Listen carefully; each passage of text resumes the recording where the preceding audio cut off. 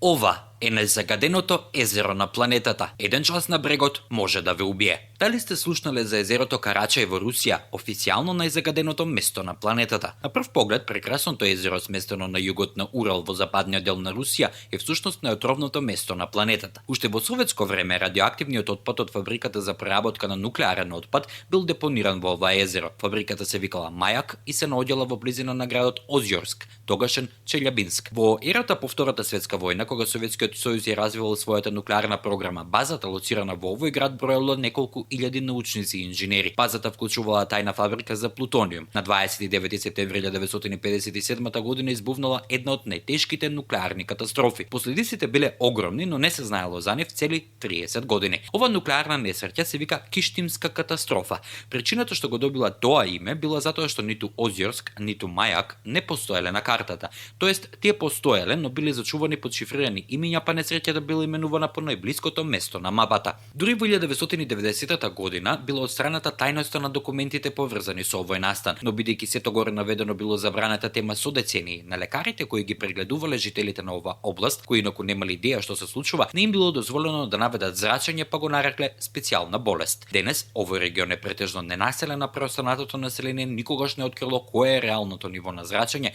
во прехранбените производи од домашно производство.